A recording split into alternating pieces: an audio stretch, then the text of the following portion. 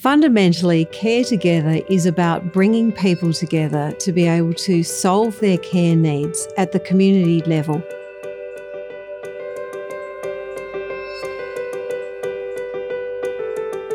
We've been on a journey with Australian communities as the issue of getting care to regional and remote areas has got harder and harder. It's both a sort of tyranny of distance problem, but also the cost of delivering care and availability of workforce often makes this really hard for communities. It is about improving the quality and safety of care and creating better jobs, decent, well-paid jobs for workers. The Care Together program is Australia's first co-op development program for the care sectors. We had two objectives with Care Together. One was around innovation and developing new co-ops, but we also had an objective which was about educating people about the cooperative model and looking to converting from their existing structure to a cooperative model.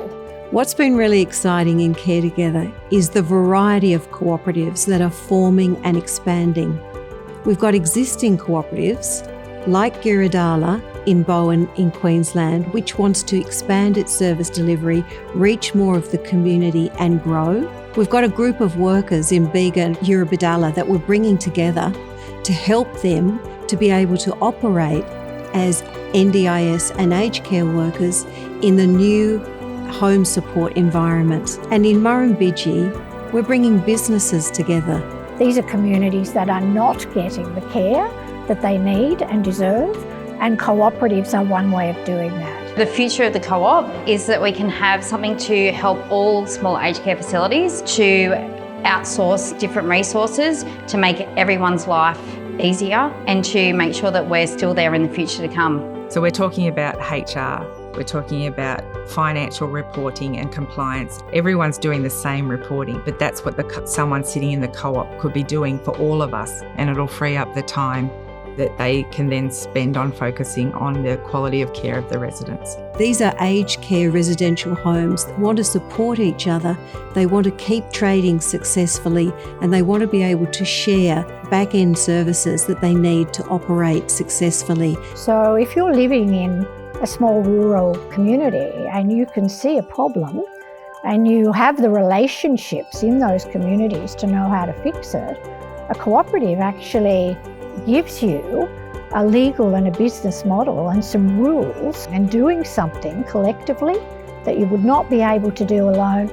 What we're pioneering is doing that care services through a cooperative model, that the power, the decision making, the autonomy belongs with the members of the cooperative. We're a not-for-profit organisation, so everything invested by the members comes back to the members. The main thing we're trying to address is to allow people to stay in Wagen as they age. They have access to the services that they need and they don't feel that they need to leave to get those services. It's hard to try and find all of the services that you need. You need a gardener, you need a cleaner, but how do you coordinate all of these? How do you find out what's in your aged care plan? Primarily the co-op will be a caring agency within the town. That could be connecting people to services, it could be connecting people to their neighbours. Do they need help to get to an appointment? Do they need help to look after a pet? Not that we would do it, but we will make the connection to link people with who they might need to provide that help. Workers can come together and they'll have access to training and increase their skills and keep up with their professional development. If someone has a client or a participant in Turas Heads but they live in South Durras, it's an hour drive within the cooperative, you'd have access to say, well look, you'll live near Turas, you'll be able to service this client. I think it's really important to have a co-op that can support and attract those specialists to come to the region. We need innovation in business models. It's not a one-size-fits-all model. These communities want to keep the power for delivering services in aged care, disability care, primary health care that's very much informed by what their local community needs. Co-op model is ideal for our community because it is about community. The framework that we work within allows us to be who we are as Aboriginal and Torres Strait Islander people.